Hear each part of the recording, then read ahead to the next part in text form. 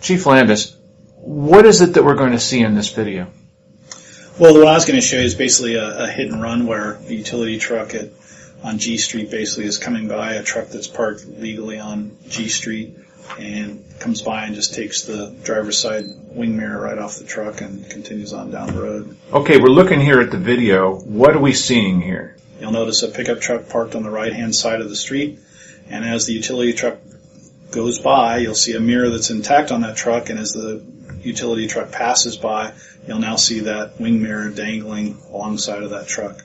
So what was the result of this? What did you do once you have this footage that we're now watching again? We were able to identify the truck owner of the victim and make sure that the utility truck was aware and put the parties together to make sure that they were able to get the mirror fixed for the rightful person responsible. Kind of caught in the act by the cameras. Yes.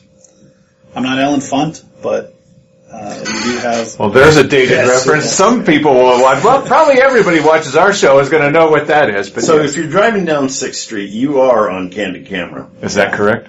Yeah, 6th Street has a 6th and G. The camera's up there. At 8th and G, some of our parks have them. We're adding them eventually, hopefully this year, to get them to most all of the parks.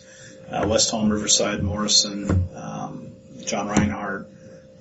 But that's the goal, to get up cameras around the city and stuff, to be able to use those for retrieving information and evidence when things happen. And I think the one, and you can look at it online, Vallejo was probably the best example. Vallejo went bankrupt several years ago. Yes. In fact, I think you're from down that area. Right. And so Vallejo had a real tough time with a lot of drug and prostitution issues and stuff. And this company that we ended up going with a few years ago was responsible for putting some of their first cameras up in that area.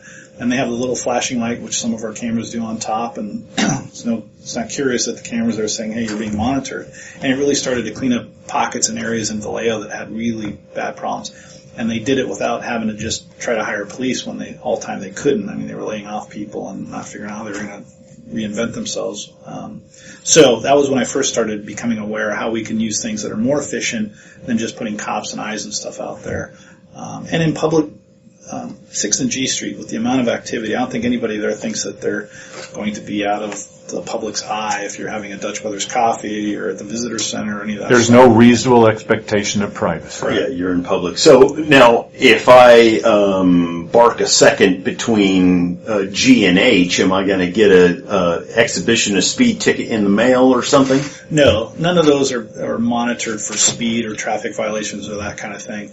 I can tell you to date, and I'm just going off the top of my head, there's been arson fires with arsonists that we captured. There was a sexual assault reported that turned out to be a false report.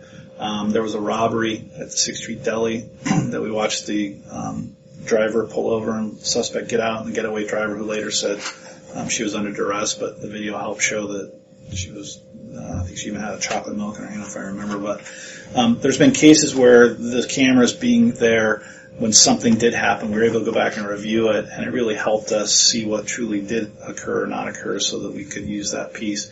And so, if you can imagine, it's such a nice thing to be able to know what really did happen rather than try to just circumstantially or other try to put something together. So, huge tool.